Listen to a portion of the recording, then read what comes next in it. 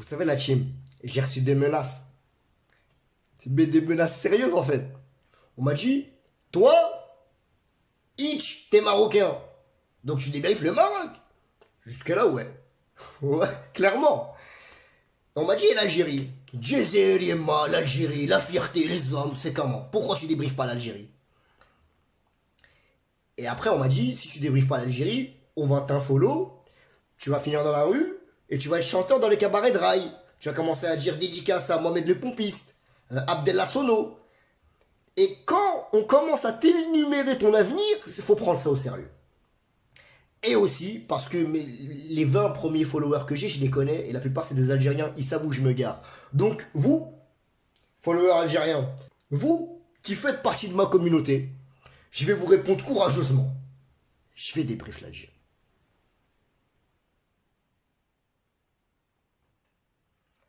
La Tunisie aussi, on va débrief également la Tunisie.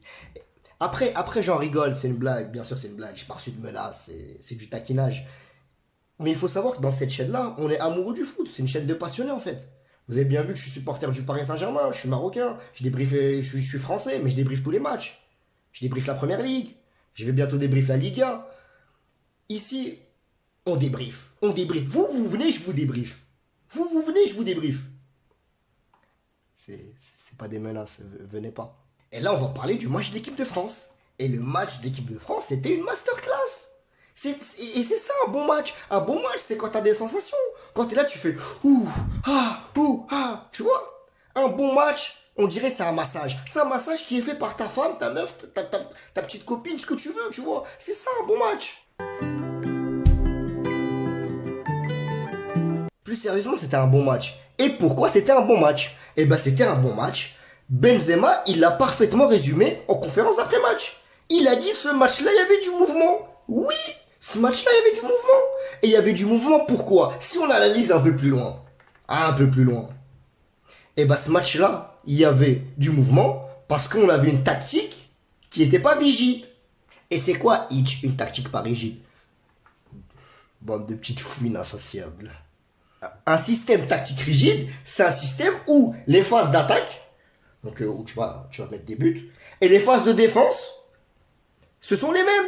Exemple, tu joues en 4-4-2, et ben ton 4-4-2 en attaque, c'est pareil que ton 4-4-2 en défense. Tu es dans le même système. Et ça, c'est bien pourquoi? Ça, c'est bien parce que défensivement, tes joueurs, ils sont toujours en place. C'est la tactique du baby-foot. Tu vois, les joueurs, c'est toujours les mêmes. Ils sont pareillement espacés et ils bougent ensemble, en bloc.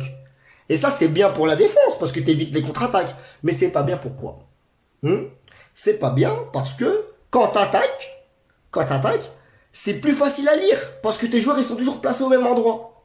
Et le système de Deschamps, son 4-2-3 asymétrique ou son 4-4-2, ce que vous vouliez, il y avait peu de variations. Quand je dis variation, c'est pas tu passes du rap au rail ou variation, tu tentes un truc breakdance. Quand je dis variation, c'est variation dans le système de jeu. Le système de Deschamps, il était rigide. Il était rigide. Et quand on parle de fond de jeu, quand on parle de patte du coach, un bon système avec un fond de jeu, c'est un système qui est pas rigide, qui peut évoluer, tu vois. Et bah le système de Deschamps aujourd'hui, c'était ça. C'était ça. On avait un 3-5-2 en défense. Et lorsque on attaquait, le système il passait en 3-4-3. Et grâce à qui? Grâce à Griezmann of the match. C'est grâce à lui. C'est lui qui coulissait. C'est lui qui faisait la liaison. Quand défensivement, il faisait les efforts, il redescendait. Donc il densifie le milieu de terrain. Et en phase d'attaque, il se projetait en avant. Ce qui donnait 3 attaquants. Griezmann, il a été important dans ce système tactique. Mais pas que Griezmann. Pas que Griezmann. Parce qu'on avait Théo Hernandez qui a été bon également dans ce match. On a vu Théo Hernandez, les courses de Théo Hernandez, les centres. Mais fallait se mouiller la nuque. Mais il a été bon Théo Hernandez. Mais il a été bon pourquoi? Parce que quand Théo Hernandez il monte, Rabiot il coulisse. Il coulisse. Pareil pour Dubois. Dubois, début de match, il était assez timide. La deuxième mi-temps, mais il était offensif. De fou. Il claquait des doubles contacts, des doubles cheese à droite. Mais c'est incroyable. Il a bien joué Dubois ce match-là. Et c'est à l'image de l'équipe de France. Ils ont tous bien joué. Tactiquement, c'était en place. Et on peut parler des tops maintenant. On peut parler de Griezmann. Griezmann, mais quel match il nous fait? Il met 2 buts, magnifiques. Plein de lucidité, plein de finesse. Surtout le deuxième but. Deuxième but en angle fermé, monsieur. Ah ouais, grand monsieur Griezmann.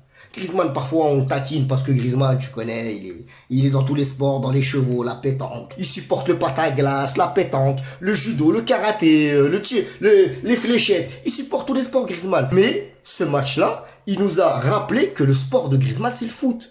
Et c'est un footballeur de talent, Griezmann. Griezmann, mais il faut pas être Benzema.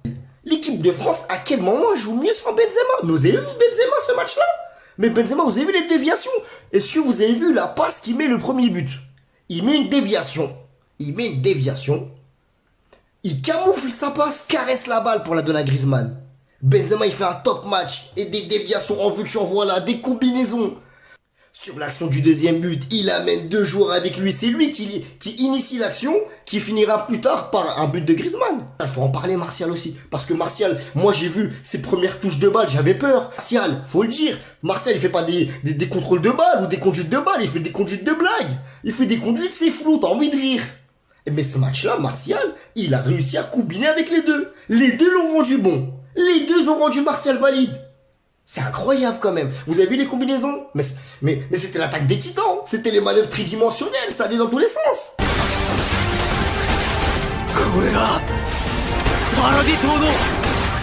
Et franchement, aujourd'hui, concernant l'équipe de France, il n'y a pas de flop. Il n'y a pas de flop. Ils se sont gérés. Ils ont été bons, les joueurs. Rabiot, quand Théo Hernandez faisait les courses, il coulissait. De l'autre côté, avec Pogba, c'est pareil. Pogba, il a été monstrueux défensivement. Et offensivement, Griezmann, après le match, il dit on a peut-être trouvé notre système tactique. Ouais, parce que c'est un système qui est cohérent, celui-ci. Et c'est un système qui est encourageant pour la suite. Voilà. Merci la team, on est 90 abonnés. Bientôt, je vais arrêter de forcer mon petit frère à commenter. Hein, parce que là, quand on commence à ressembler à une petite communauté. Donc merci à vous. Continuez à liker, continuez à partager, continuez à me donner de la force. Continuez à me parler de foot sur Twitter, sur Snap, sur Insta, continuez à me parler de foot. Et franchement, j'aime bien échanger avec vous. Et voilà, merci à vous. Salut!